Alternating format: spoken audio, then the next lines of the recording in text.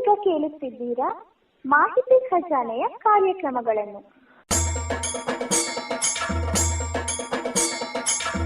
ಮಾಹಿತಿ ಖಜಾನೆಯಲ್ಲಿ ಈಗ ಸುಮಧುರ ವಿವಿಧ ವಾದ್ಯಗಳ ಪರಿಚಯ ಕೇಳಿ. ಸುಮಧುರ ಸುಮಧುರ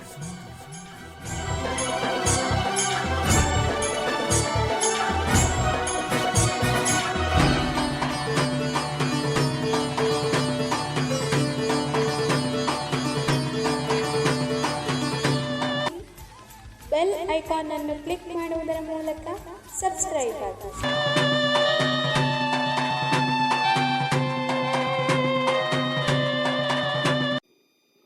ಆತ್ಮೀಯ ಕೇಳುಗರೆ, ತಮ್ಮೆಲ್ಲರಿಗೂ ನಮಸ್ಕಾರ.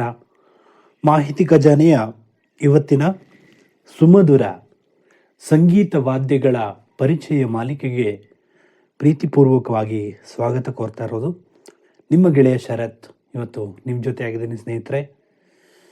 ಇವತ್ತು ನಾವು ಪ್ರಮುಖವಾಗಿ ಮತ್ತೊಂದು ವಿಶೇಷವಾದಂತಹ ವಾದ್ಯ ಹಾರ್ಮೋನಿಕಾ.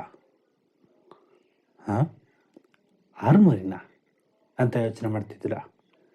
ಇಲ್ಲ ಸ್ನೇಹಿತರೆ, ಹಾರ್ಮೋನಿಕಾ ಅಂದರೆ ಬೇರೆ, ಹಾರ್ಮೋನಿ ಅಂದರೆ ಬೇರೆ. ಹಾರ್ಮೋನಿಯಂ ಅಂತಲೇ ಹೇಳ್ತಾರೆ ಅದಕ್ಕೆ. ಅದನ್ನು ಮುಂದೆ ಪರಿಚಯ ಮಾಡಿಕೊಳ್ಳೋಣ. ಇವತ್ತು ಹಾರ್ಮೋನಿಕಾ ಅನ್ನುವಂಥ ವಾದ್ಯವನ್ನು ಪರಿಚಯ ಮಾಡಿಕೊಳ್ಳೋಣ. ಎಲ್ಲಿ ಇದೆ ಇದು? ಇಂತಹ ಪದವನ್ನು ನಾವು ಕೇಳೇ ಇಲ್ಲ ಅಂತ ಯೋಚನೆ ಮಾಡ್ತಾ ಇದ್ದೀರಾ? ಅದಕ್ಕೇ ಈ ಕಾರ್ಯಕ್ರಮವನ್ನು ಪೂರ್ತಿಯಾಗಿ ಕೇಳಿದ್ರೆ ಮಾತ್ರ ನಿಮಗೆ ಇದ್ರ ಬಗ್ಗೆ ಅರ್ಥ ಆಗುತ್ತೆ. ಬನ್ನಿ ಹಾಗಾದರೆ ಹೆಚ್ಚು ತಡ ಮಾಡದೆ ಇವತ್ತಿನ ಈ ಕಾರ್ಯಕ್ರಮವನ್ನು ಪ್ರಾರಂಭ ಮಾಡೋಣ. ಪ್ರಿಯ ಸ್ನೇಹಿತರೆ, ಹಾರ್ಮೋನಿಕಾ ಅಂದರೆ ಮೌತ್ ಆರ್ಗನ್ ಅಂತ ಅರ್ಥ. ಆಂಗ್ಲ ಭಾಷೆಯಲ್ಲಿ ಮೌತ್ ಆರ್ಗನ್ ಅಂತ ಹೇಳ್ತಾರೆ. ಇದನ್ನು ಹಲವಾರು ಕನ್ನಡ ಚಲನಚಿತ್ರಗಳಲ್ಲಿ ಬಳಸಿರ್ತಕ್ಕಂಥದ್ದು ನಾವು ಗಮನಿಸಲೇಬೇಕಾದಂಥ ವಿಷಯ. ವಿಶೇಷವಾಗಿ ಹಿಂದಿ ಚಲನಚಿತ್ರ ಗೀತೆಗಳಲ್ಲಿ ಇದನ್ನು ಹೆಚ್ಚಾಗಿ ಬಳಸ್ಕೊಂಡಿರುವಂಥದ್ದನ್ನು ನಾವು ಗಮನಿಸ್ತೇವೆ. ಒಂದು ಗೀತೆ ಇದೆ, ಪ್ರೀತ್ಸೆ ಪ್ರೀತ್ಸೆ.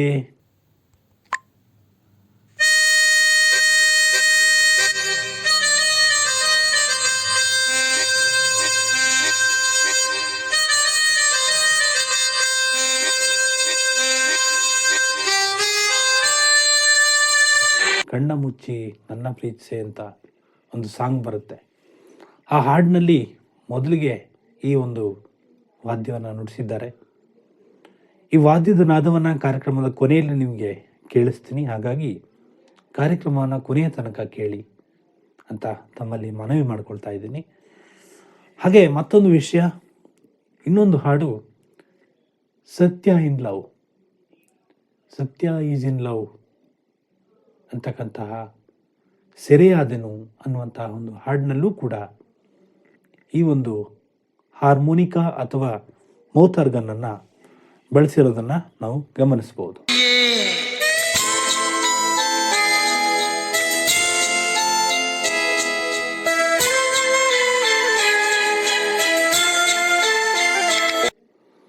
ಹಾಗಾದ್ರೆ ಮೌತ್ ಆರ್ಗನ್ ಅಂದರೆ ಏನು ಅನ್ನೋದ್ರ ಬಗ್ಗೆ ಈಗ ಸ್ವಲ್ಪ ಮಾಹಿತಿ ತಿಳಿಯೋಣ. ಈ ಮೌತ್ ಆರ್ಗನ್ ಅನ್ನುವಂಥದ್ದು ಒಂದು ಉಚಿತ ರೀಡ್ ವಾದ್ಯ ಆಗಿರುತ್ತೆ. ಇದನ್ನು ಹಲವಾರು ಉಚಿತ ರೀಡ್ಗಳನ್ನು ಬಳಸ್ಕೊಂಡು ರಚನೆ ಮಾಡಿರ್ತಕ್ಕಂಥದ್ದನ್ನು ನಾವಿಲ್ಲಿ ಪ್ರಮುಖವಾಗಿ ಗಮನಿಸ್ಬೋದು. ಇಲ್ಲಿ ಉಚಿತ ರೀಡ್ಗಳನ್ನು ಬಳಸ್ಕೊಂಡು ವಾದ್ಯದ ನಾದವನ್ನು ಹೊಮ್ಮಿಸ್ತಕ್ಕಂತಹ ಅದ್ಭುತವಾದಂತಹ ಒಂದು ವಾದ್ಯ ಅಂದರೆ ಅದು ಮೌತ್ ಆರ್ಗನ್ ಅಂತಕ್ಕಂಥದ್ದು. ಇದನ್ನು ಇನ್ನೊಂದು ಹೆಸರಲ್ಲಿ ಉಚಿತ ರೀಡ್ ಏರೋಫೋನ್ ಅಂತಲೂ ಕೂಡ ಕರೀತಾರೆ. ಇದು ಒಂದು ರೀತಿಯ ಗಾಳಿಯಿಂದ ನುಡಿಸ್ತಕ್ಕಂಥ ವಾದ್ಯ. ಗಾಳಿ ಊದುವಾಗ ಸಂದರ್ಭದಲ್ಲಿ ಒಂದು ರೀತಿಯ ಕೋಣೆಯ ಆಕಾರದಲ್ಲಿ ಇರತಕ್ಕಂಥದ್ದು. ಒಂದು ನೀವು ಇದು ಮಂಚನ್ನು, ಚಾಕ್ಲೇಟನ್ನು ನೋಡಿರ್ಬೋದು. ಆ ಚಾಕ್ಲೇಟ್ ಆಕಾರಕ್ಕೆ ಬರ್ತಕ್ಕಂಥದ್ದು ಅಂದರೆ ಡೈರಿ ಮಿಲ್ಕ್ ಆಕಾರ ಇದು ತಾಳುತ್ತೆ. ಅದನ್ನು ನೀವು ನೋಡಿರ್ತೀರಿ. ಹಾಗೆ ಮಧ್ಯದಲ್ಲಿ ಒಂದು ರೀತಿ ಕೋಣೆ ಇರ್ತದೆ. ಅದರೊಳಗಡೆ ಅಲ್ಲಿ ನಾವು ಅದನ್ನು ತುಟಿಯಲ್ಲಿ ಇಟ್ಕೊಂಡು ಗಾಳಿ ಊದಿದಾಗ ನುಡಿಯುವಂತಹ ಸ್ವರಗಳು ಮಧುರವಾಗಿ ಕೇಳಿಸೋದನ್ನು ನಾವಿಲ್ಲಿ ಪ್ರಮುಖವಾಗಿ ಗಮನಿಸ್ತೇವೆ. ಇದು ತನ್ನದೇ ಆದ ಸಂಪ್ರದಾಯವನ್ನು ಒಳಗೊಂಡಿದ್ದರೂ ಕೂಡ ಒಬ್ಬ ಸಂಗೀತಕಾರ ಈ ವಾದ್ಯವನ್ನು ನುಡಿಸುವಂಥ ಸಂದರ್ಭದಲ್ಲಿ ಆ ಒಂದು ವಾದ್ಯವನ್ನು ಅದಕ್ಕೇನು ರಂಧ್ರಗಳನ್ನ ಕೊಟ್ಟಿರ್ತಾರೆ, ಆ ರಂಧ್ರದ ಮೇಲೆ ತನ್ನ ತುಟಿಯನ್ನು ಇಟ್ಟು ಗಾಳಿಯನ್ನು ಊದೋದ್ರ ಮೂಲಕ ಅವನು ಅದನ್ನು ನುಡಿಸ್ತಕ್ಕಂಥದ್ದನ್ನು ನಾವು ಗಮನಿಸ್ತೇವೆ. ನುಡಿಸುವ ಸಂದರ್ಭದಲ್ಲಿ ಇಲ್ಲಿ ಗಾಳಿ ಅನ್ನೋದು ಬಹಳ ಮುಖ್ಯ ಆಗುತ್ತೆ. ಅದನ್ನು ಈರುವಂಥದ್ದು ಅಥವಾ ಊದುವ ಮೂಲಕ ನುಡಿಸ್ಬೋದು. ಬಹುತೇಕರು ಅದನ್ನು ಹೆಚ್ಚು ನಾದ ಬರಬೇಕು ಅನ್ನುವ ಒಂದು ಕಾರಣದಿಂದಾಗಿ ಗಾಳಿಯನ್ನು ಊದೋದ್ರ ಜೊತೆಗೆ ಈರೋದನ್ನು ಕೂಡ ನಾವಿಲ್ಲಿ ಪ್ರಮುಖವಾಗಿ ಗಮನಿಸ್ತೇವೆ. ಇಲ್ಲಿ ಏನು ಕೋಣೆಗಳನ್ನ ಕೊಟ್ಟಿರ್ತಾರೆ ಅವುಗಳನ್ನ ಒಟ್ಟಿಗೆ ಕೂಡ ನುಡಿಸೋದಕ್ಕೆ ಸಾಧ್ಯ ಇದೆ, ಅಥವಾ ಒಂದೊಂದು ಸ್ವರವನ್ನು ಒಂದೊಂದು ಬಾರಿ ನುಡಿಸೋದಕ್ಕೂ ಕೂಡ ಇಲ್ಲಿ ಸಾಧ್ಯ ಇದೆ. ಒಂದು ರೀತಿ ಕೋಣೆ ಆಕಾರದಲ್ಲಿ ಇರುತ್ತೆ ಇದು. ನಿಮಗೆ ಅದನ್ನು ಹೇಗೆ ತೋರಿಸೋದಂತ ನನಗೆ ಅರ್ಥ ಆಗ್ತಾ ಇಲ್ಲ, ಆದರೆ ನಾನು ಹೇಳೋದರಲ್ಲಿ ನೀವು ಇಮ್ಯಾಜಿನೇಷನ್ ಮಾಡ್ಕೋಬೋದು. ಹೀಗಂದರೆ ರೌಂಡ್ ಆಕಾರ ಇರುತ್ತೆ, ಎರಡು ಕಡೆನೂ ಕೂಡ ಒಂದು ರೀತಿಯ ಪಟ್ಟಿಗಳನ್ನು ಅಳವಡಿಸಿರ್ತಾರೆ. ಮಧ್ಯದಲ್ಲಿ ಒಂದು ಕೋಣೆಯ ಆಕಾರದಲ್ಲಿ ಈ ನೀವು ಸೊಳ್ಳೆ ಬರುತ್ತೆ ಅಂತ ಹೇಳಿ ಇದಕ್ಕೆ ನಿಮ್ಮ ಮನೆ ಕಿಟಕಿಗಳಿಗೆ ಒಂದು ರೀತಿಯ ಸೊಳ್ಳೆಯ ತಡೀತಕ್ಕಂತಹ ಒಂದು ವಸ್ತುಗಳನ್ನ ಹಾಕಿರ್ತೀರಿ. ಆ ರೀತಿ ಇರುತ್ತೆ, ಒಂದು ರೀತಿ ಬಲೆ ಅಂತ ಹೇಳ್ಬೋದು ಅದನ್ನು. ಆ ಬಲೆಯ ಆಕಾರದಲ್ಲಿ ಕೋಣೆ ಇರುತ್ತೆ. ಆ ಕೋಣೆಯ ಮೂಲಕ ನಾದವನ್ನು ಹೊಮ್ಮಿಸೋದಕ್ಕೆ ಸಾಧ್ಯ ಇದೆ. ಒಂದೊಂದು ಕೋಣೆಯಲ್ಲೂ ಒಂದೊಂದು ಸ್ವರ ನಿಮಗೆ ಕೇಳಿ ಬರುತ್ತೆ. ಇದು ಒಂದು ರೀತಿಯ ವಿಶೇಷವಾದಂಥ ವಾದ್ಯ ಅಂತಲೇ ಹೇಳ್ಬೋದು. ಪ್ರೀತಿ ಕೇಳುಗರೆ, ಈ ಮೌತ್ ಆರ್ಗನ್ ಅಥವಾ ಹಾರ್ಮೋನಿಕಾ ಅನ್ನುವಂಥ ಒಂದು ವಾದ್ಯದ ಬಗ್ಗೆ ಎಲ್ಲೂ ಕೂಡ ಸಂಪೂರ್ಣವಾದ ಮಾಹಿತಿಗಳು ಸಿಗೋದಿಲ್ಲ. ಯಾಕಂದರೆ ಈ ವಾದ್ಯದ ನುಡಿಸುವವರ ಸಂಖ್ಯೆಯೂ ಕೂಡ ಕಡಿಮೆ ಆಗಿದೆ. ಅಷ್ಟೇ ಅಲ್ಲದೆ ಇತ್ತೀಚಿನ ಒಂದು ಯುಗದಲ್ಲಿ ಇದು ಹಾರ್ಮೋನಿಯಂ ಅಂದರೆ ಮೌತ್ ಆರ್ಗನ್ ಏನಿದೆ ಇದು ಈಗ ಕೀಬೋರ್ಡ್ಗೆ ಕೂಡ ಕ್ಯಾಶೋ ಅಂತ ಹೇಳ್ತಾರಲ್ಲ, ಅದಕ್ಕೂ ಕೂಡ ಬಂದಿರತಕ್ಕಂಥದ್ದು. ಇದೊಂಥರ ವಿಪರ್ಯಾಸ ಅಂತಲೇ ಹೇಳ್ಬೋದು. ಯಾಕಂದರೆ ಇಂತಹ ಒಂದು ವಾದ್ಯ ಇವತ್ತು ಕಣ್ಮರೆ ಆಗ್ತಾ ಇದೆ. ಇವತ್ತು ಇದರ ಒಂದು ನುಡಿಸುವವರ ಸಂಖ್ಯೆ ಇಲ್ಲ. ಹಾಗಾಗಿ ಇದ್ರ ಬಗ್ಗೆ ನಮಗೆ ಹೆಚ್ಚಿನ ಮಾಹಿತಿಗಳು ಸಿಗೋದು ಕೂಡ ಕಷ್ಟ ಆಗಿದೆ. ಎಲ್ಲೂ ಹುಡುಕಿದ್ರೂ ಕೂಡ ಸಂಪೂರ್ಣವಾದ ವರದಿ ಇದರ ಬಗ್ಗೆ ನಮಗೆ ಸಿಗೋದಿಲ್ಲ. ಇನ್ನೊಂದು ವಿಷಯ, ಈ ಮೌತ್ ಆರ್ಗನ್ ಅನ್ನುವಂಥ ವಾದ್ಯ ಏನಿದೆ ಇದನ್ನು ಯಾರು ಬೇಕಾದರೂ ಕಲಿಬೋದು.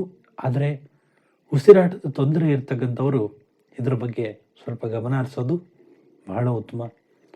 ಹಾಗೆ ಇನ್ನೊಂದು ರೋಚಕ ಸಂಗತಿ ಅಂದರೆ ಇದನ್ನು ಅನೇಕ ಪ್ರೇಮಿಗಳು ತುಂಬ ಇಷ್ಟಪಡ್ತಾರೆ. ಯಾಕಂದರೆ ಸತ್ಯ ಈಸ್ ಇನ್ ಲವ್ ಅನ್ನುವಂಥ ಒಂದು ಗೀತೆಯನ್ನು ಕೇಳಿದಾಗ ಅಲ್ಲಿ ಅವರು ನುಡಿಸ್ತಕ್ಕಂಥದ್ದು ಇವೆಲ್ಲವೂ ಕೂಡ ಒಂದು ರೀತಿಯ ರೋಚಕ ಅಂತಲೇ ಹೇಳ್ಬೋದು. ಯಾಕಂದರೆ ಹೊಸ ಹೊಸ ಸಿನಿಮಾಗಳೇನು ಬರ್ತಾ ಇದೆ ಅದರಲ್ಲಿ ಇದನ್ನು ಬಳಸ್ತಾ ಇಲ್ಲ. ಇತ್ತೀಚೆಗೆ ಬೇರೆ ಬೇರೆ ಹೊಸ ಹೊಸ ವಾದ್ಯಗಳು ರೂಪುಗೊಳ್ತಾ ಇದೆ. ಹಾಗೆ ಇದರ ಬದಲಾವಣೆ ಕೂಡ ಆಗ್ತಾ ಇದೆ. ಹಿಂದೆ ಇದ್ದ ಹಾಗೆ ಮೌತ್ ಆರ್ಗನ್ಗಳು ಈಗ ಇಲ್ಲ. ಒಂದು ವೇಳೆ ಇದ್ದರೂ ಕೂಡ ಅದನ್ನು ನುಡಿಸುವಂಥ ಕಲೆ ನಮಗೆ ಗೊತ್ತಿಲ್ಲ.